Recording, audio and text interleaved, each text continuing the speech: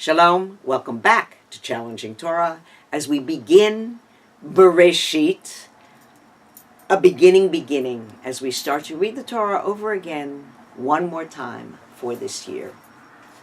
And so as we begin Bereshit, we hear the words Bereshit bara Elohim et hashamayim ve'et haaretz, and the word Reshit, with Reshit, is taken to mean wisdom. With wisdom, God creates the world. And we know that this states God knows what God is doing, even if we look around and say, God, what's happening here? And so as God begins to create the world, He creates the world, she creates the world with words. And God says, let there be light, and there is light, and let there be waters and an expanse upon the waters. And we know with each statement, with each day, God's words create the world that exists. And of course we know from this that our words also create worlds, both our internal words, the words we say to each other, and the words that we use to create the realities around us. The power of words. We are told that the use of our words is basically to say thank you. And we start every prayer service with Baruch she'amar v'haya ha'olam baruch hu. Blessed is God who brought the world into existence by His words. Blessed is the Holy One. And then we say Baruch she'amar, Baruch oseh bereshit, Baruch omer v'oseh. One who spoke, one who is at the beginning, gave birth, one who says and performs. We repeat this every day. We know that our words reflect God's words, and our words are supposed to be used really to praise and to give acknowledgement to the world that's around us. That's the essence of Jewish prayer. God creates the world that's going really well. I mean, oh my God, animals, and then we have, just food is enough, and we have everything, and God says to the angels, we think the angels, let us make mankind, human beings in our image. God said, let us make man in our image after our likeness. They shall rule over the fish of the sea, the birds of the sky, the cattle, the whole earth, and all creeping things on the earth. And God created man in her image, the image of God. He created them, male and female. He created them. Zachar v'nekevahu bara otam. Interesting. We've now reached a moment where we understand about androgyny, and we understand that creatures can contain a male and a female. In this case, we needed a second story, a story of separation from a rib, and this happened in chapter 2. But in chapter 1, it's one being. Perhaps the being was back to back and needed to turn around face to face. But it's one being.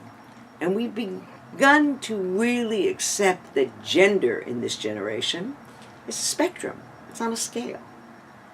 It's not just male or just female. All of us hold everything. But what's supposed to be the role of this being? And God said, be fertile and increase, fill the earth and master it, rule the fish of the sea, the birds of the sky, and all the living things that creep on the earth. And it was so. Wait a minute, the angels say. We have a problem here. You're going to create this being with free will?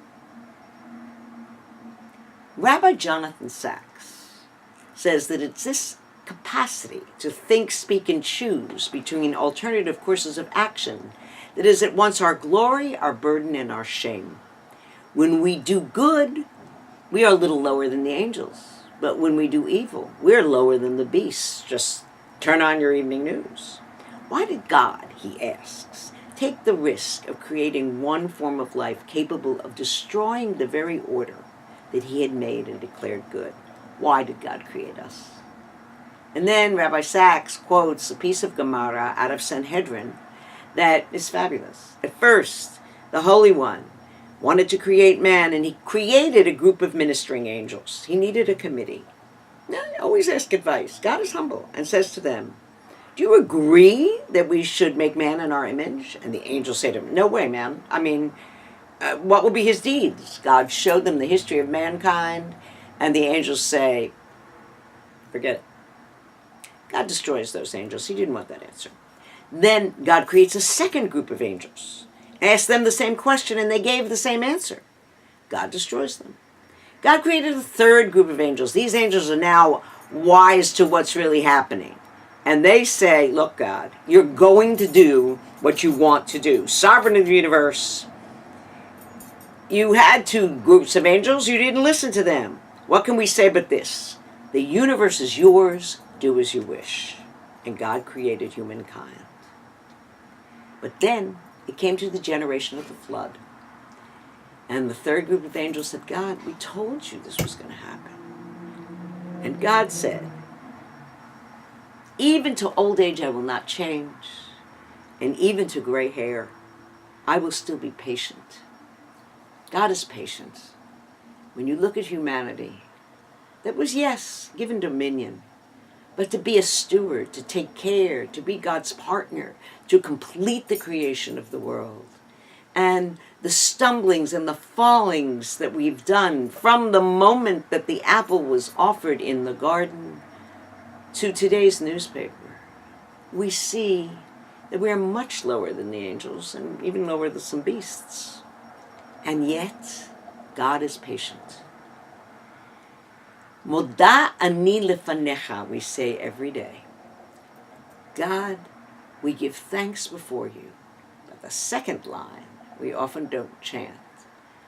Rabba emunatecha. Moda ani lefanecha, rabba emunatecha. Great God is your faith in us. Thank you, God, for your faith. Kol yom ma'aseh Bereshit. Every day is a new day. And let us hope with this new cycle we will do better. Shabbat Shalom.